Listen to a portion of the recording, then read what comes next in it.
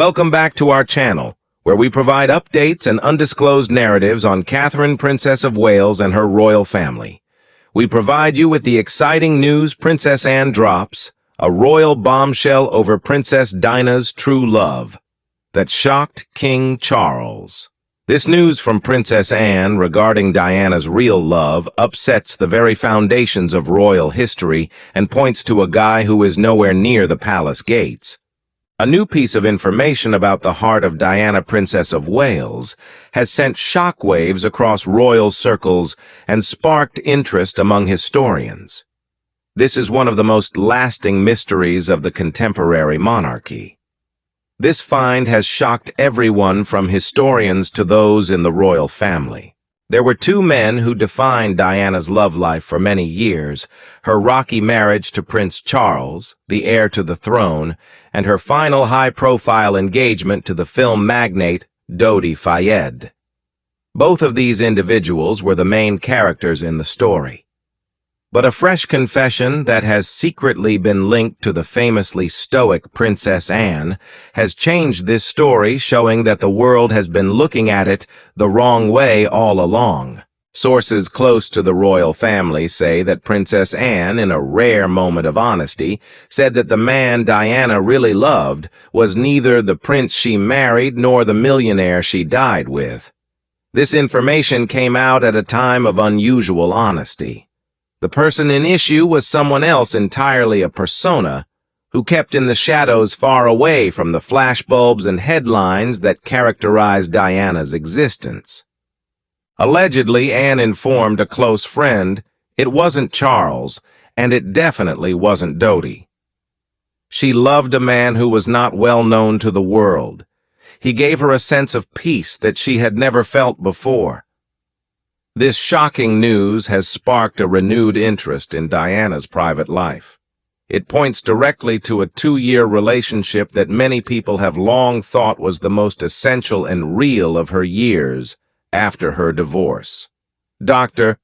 Hasnat Khan, a highly discreet and skilled British-Pakistani cardiothoracic surgeon, was the focus of this investigation. Their romance has primarily been a footnote in the long and terrible history of the people's princess. They had a secret love affair far away from the gilded cage of royalty. The alleged comments made by Princess Anne not only add a new layer to an already well-known incident, but they also totally change the remaining few years of Diana's life. They show that her highly publicized summer with Dodi Fayed was not the start of a new love, but maybe a sad and desperate echo of a love she had already lost. Because of this revelation, we had to leave the palaces and the paparazzi behind and head inside the calm, clean halls of a London hospital.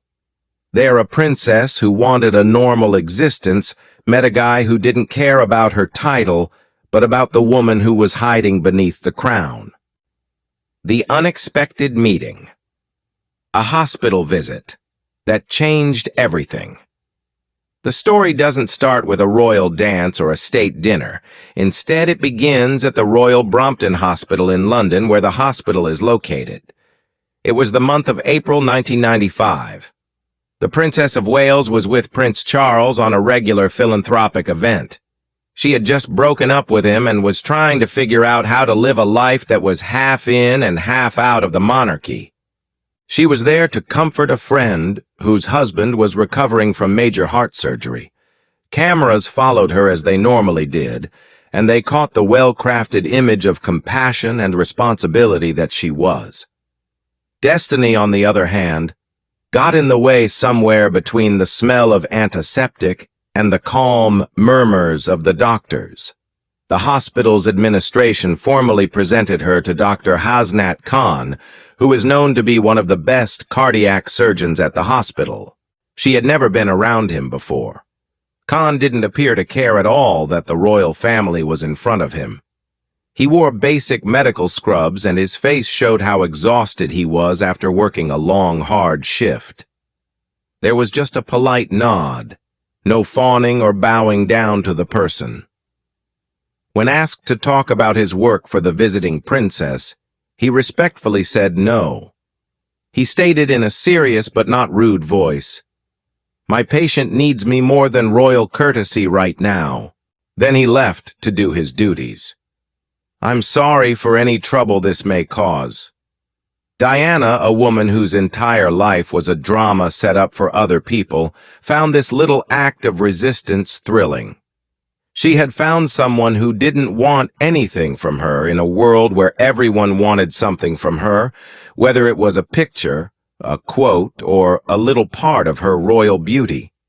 He thought it was more essential to take care of a patient than to meet the most famous woman in the world. She was quite interested after seeing that one unexpected moment of honesty. Later that night, when the media circus had packed up and left, something very strange happened.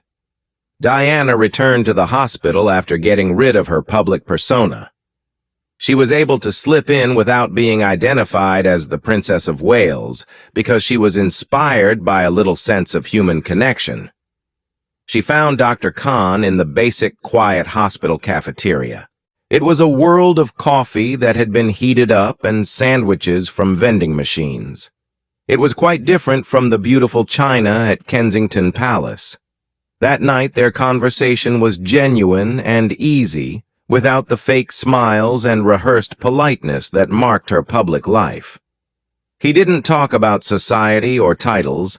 Instead, he spoke about his life, how he got from Pakistan to London, and how much he loved medicine, especially touching people's hearts. Diana listened carefully, and then she laughed.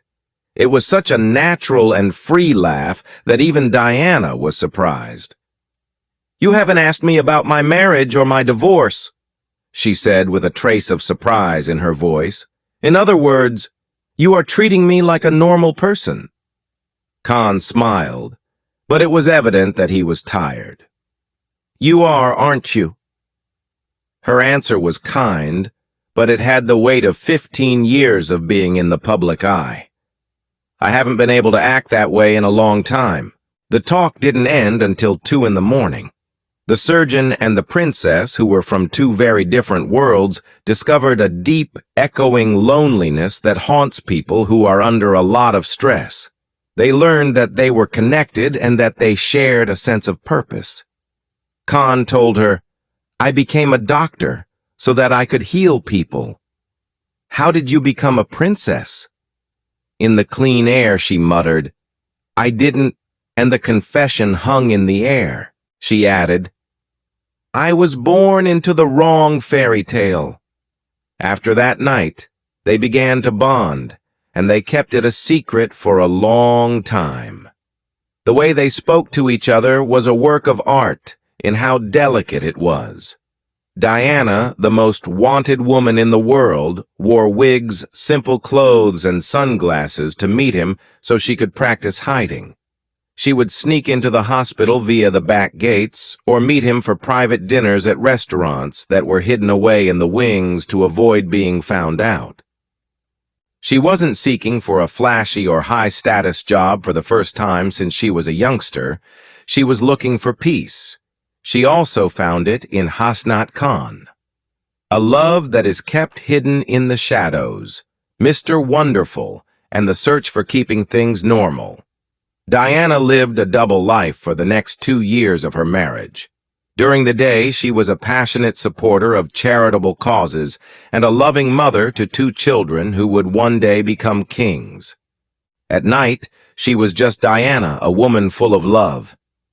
After a while, her close friends, like her butler, Paul Burrell, and her confidant, Simone Simmons, would tell her how much she loved him. She called Khan Mr. Wonderful and said he was her soulmate, the one person who made her feel grounded. The everyday moments that she had been denied for so long were the foundation of their secret world. She would go to his small Chelsea apartment, which only had 1 bedroom, and enjoy doing the chores of washing dishes and cleaning up. These were activities that brought her closer to the reality she longed for. While he was unburdening himself from the life-and-death stresses of his job, she would wait for him to come back from his long 36-hour shifts, either with a meal she had made or just ready to listen to him explain his situation. A nurse at the Royal Brompton noticed Diana bringing food to the staff room late at night. The nurse jokingly told Diana, "Ma'am, you don't have to feed the doctor." Diana's response was warm and sincere. "I would like to." People who saw them together said they were very close and easy to be with, without any rules or pretense. Diana's usual guardedness disappeared when she was with Khan. She was free to be vulnerable, curious, and even silly. Khan, on the other hand, was calm and steady. He was principled and fiercely protective of his own little world. He didn't see her as a fragile symbol, but as a woman who was smart, sensitive, and had a lot of depth. "You save lives," she told him once when she was impressed by his job. He said softly, "You heal hearts too." A simple comment that meant more to Diana than any royal flattery she could have ever dreamed. This romance had a profound effect on her. Her interest in medicine grew to the point that she devoured literature on heart surgery in an effort to have a deeper comprehension of his world. She started learning about the Quran and expanding her knowledge of Pakistani culture, and she did it with an open heart toward his origin. She had a fantasy of a future with him, a life in which her purpose was not determined by a title, but rather by the love that they had and the work that they did together. It has been said that Princess Anne, who is known for being a perceptive and practical spectator of the royal drama, saw this metamorphosis in her sister-in-law. The genuineness of this connection was acknowledged by Anne, who often had a quiet, if complicated, understanding with Diana about the difficulties that come with living up to royal standards. Later on, a close friend of Anne's made the following observation. The Princess Royal saw that Diana had found a rare kind of love, one that was built on mutual respect rather than titles. It was not the crown that captivated him. Rather, it was the lady. Yes, it was the secret. Diana's silent love for Prince Charles gave her a new sense of purpose, especially after their divorce was official in 1996. While everyone was guessing what she would do next, she was secretly making arrangements to spend her life with Khan. It was a life that required a choice that no one could possibly make. The unimaginable dream. A possible life in Pakistan and a choice that will break your heart. It was late summer 1995, and the air over Hyde Park at night was full of things that people weren't talking about. Two people were observed strolling next to each other in the dark. One of them was hiding behind a simple scarf, while the other was lost in a dream that was both beautiful and terrible. When she was alone in a public park, Diana, Princess of Wales, had the guts to speak up against the unthinkable. Her love for Hasnat Khan has grown to be the most important thing in her life. Her world of fake spectacle and constant inspection was quite different from his world of medicine, which was based on honesty and quiet resolve.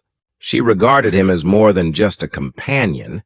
She saw him as a way out and a way to live a life that was important to her. That night, she went to him because she couldn't stop the hope that was rising within her. There was so much passion in her voice that it shook, yet there was also a sense of desperation. "What would happen if I gave away everything?" she whispered. "This life, the title, and the palace," she added. "What if I decided to go with you?" Khan stopped moving and looked like he couldn't believe what he saw. His expression showed both amazement and profound sadness. "Diana, you can't be serious." "I am," she responded, looking like she was pleading. "I'm sick and tired of being stuck in this gilded cage. We might go to Pakistan. I could work at your hospital helping patients and their families. I could have a simple life. Finally, I could be myself." The words came out of her mouth a dream that she had obviously been practicing in the privacy of her own thoughts for a number of months. The expression on Khan's face changed not because he was angry, but because of the excruciating weight of truth. The touch he gave her was delicate yet forceful when he seized her hands. When he said, "You are not just Diana," his voice was heavy. "Your son will one day become King of England, and you are his mother. You can't avoid this situation. You would never be able to leave this realm. Because I took you away from your boys and your mission, you would eventually start to hate me." As her eyes filled with tears, she shook her head. "My goal in life is to be happy." "What about your sons?" he said in a quiet voice which was a subtle but unavoidable checkmate. "You are the one that William and Harry rely on the most. By disappearing from the world, you are not making things better. Your strength is your platform, your voice, and your voice alone." The whole weight of their impossible situation was crushing down on them, and you could hear a little break in his voice as he spoke. After that, there was a deep and unbroken silence.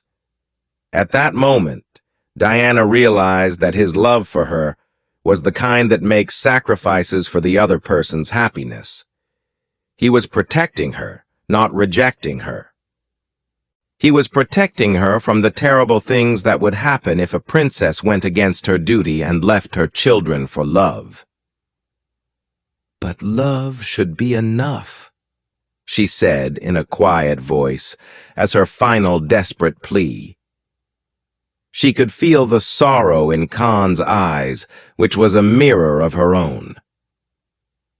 "Diana, there are times when love requires you to let go." She was going to continue to be bothered by the remarks. Over the course of the subsequent months, Diana made a courageous move to close the gap that existed between their respective worlds. In May of 1996, she flew to Pakistan on a covert trip by herself. She said that she was going there on a philanthropic mission, but in reality she was going to see Khan's family in Lahore when she arrived there. Nahid, his mother, was the target of her efforts to earn her approval by demonstrating that she was genuine and prepared to conform to the traditional and conservative customs of the family. During that time period, there were rumors that Khan's family was enchanted by her willingness to be humble and her real kindness. She sat on the floor for a considerable amount of time, sipping tea and in conversation with them. Reportedly, his mother would remark on things like, "She is lovely," but she would also say things like, "This is not going to work." That is an excessively large gap between the two cultures. That the world would never leave her alone was a confirmation of his greatest fears, and it was a confirmation that was subtle but powerful. Nothing in the world could ever make her feel alone. Despite the fact that there was a feverish endeavor to gamble on the Mediterranean, the miscalculation that was made was fatal. When the summer of 1997 arrived, the hidden relationship had been subjected to such a great deal of pressure that it was no longer able to withstand it. Due to the fact that Khan was a very private person, he was unable to tolerate the persistent risk of being exposed to the general public. He was under the impression that the worst thing that could happen to him was to live a life in which his every action was being observed and his family was being harassed by cameras. Because he believed that their love story would have a tragic conclusion, he started to distance himself from them.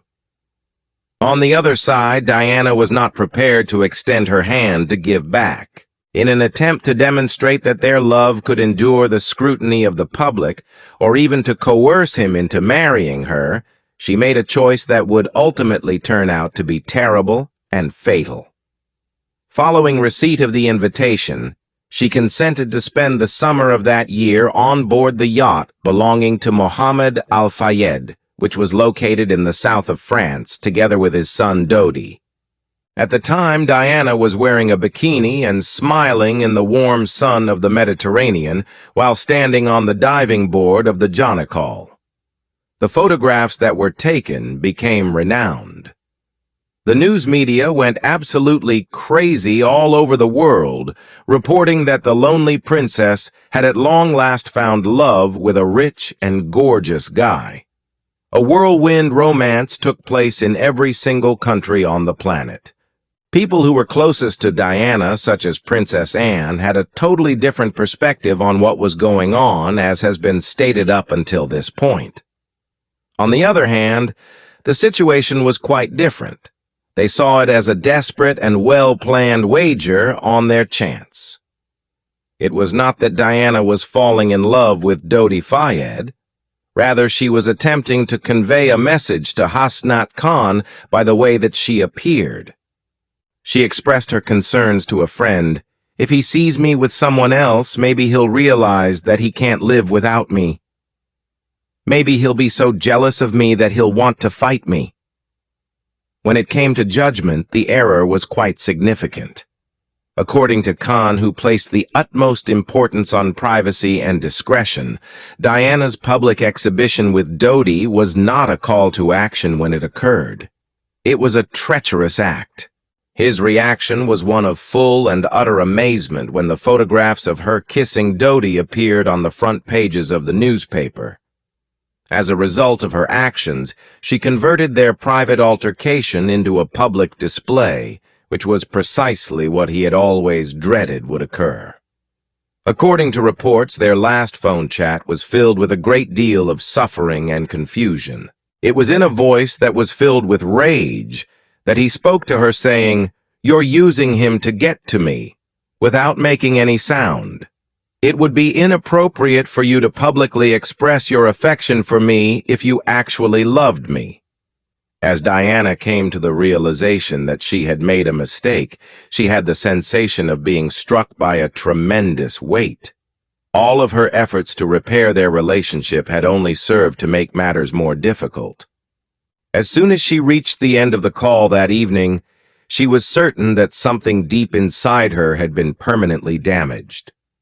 She referred to the individual as Mr. Wonderful, and he served as the anchor that helped her bring her chaotic life under control. Away he had gone. A final farewell and a new legacy are the consequences inherent in the decision. During the last weeks of her life, Diana never stopped smiling for the cameras. Her public connection with Dodi Fayed started to develop in a manner that was similar to the conclusion of a major play. However, those who were familiar with her were able to see the truth in her gaze.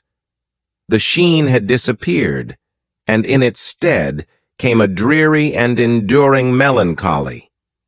When Diana realized that even the deepest and most sincere love she had ever had could not escape the shadow of her crown, she felt a sense of devastation that she had never experienced before. It is believed that she made her last attempt to get in touch with Hasnat Khan on the evening of August 30th, 1997.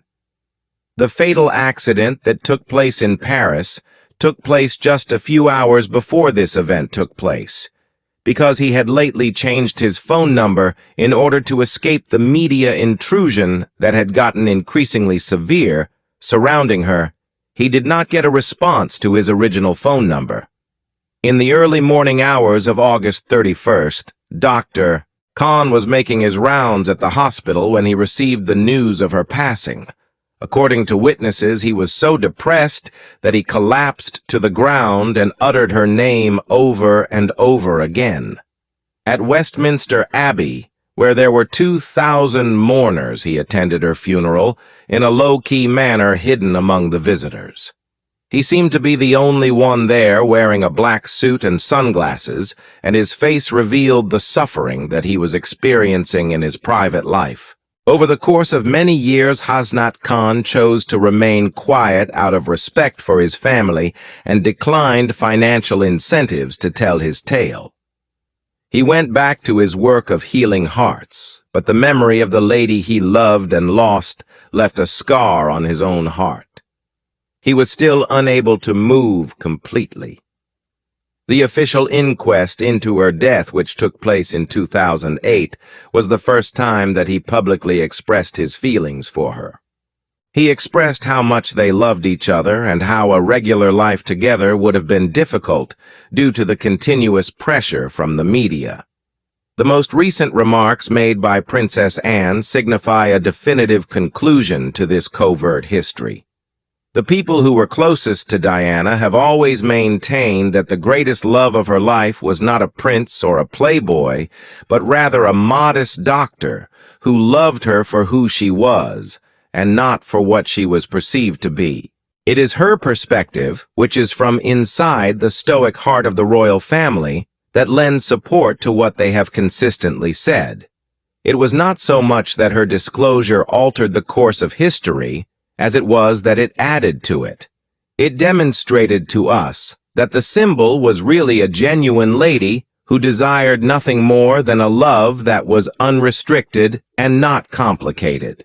The most genuine love story that Diana ever had was neither the fairy tale that turned out to be a fairy tale, nor was it the summer fling that ended in disastrous circumstances.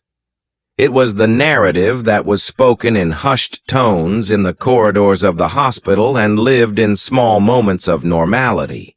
It was the sad and silent story of a princess who discovered her soulmate only to find out that her destiny would never allow her to retain him. It seems that the guy that Diana loved the most was the one who she would never be able to have in her life. Thank you for watching the video. Please let us know your thoughts and goodbye for now.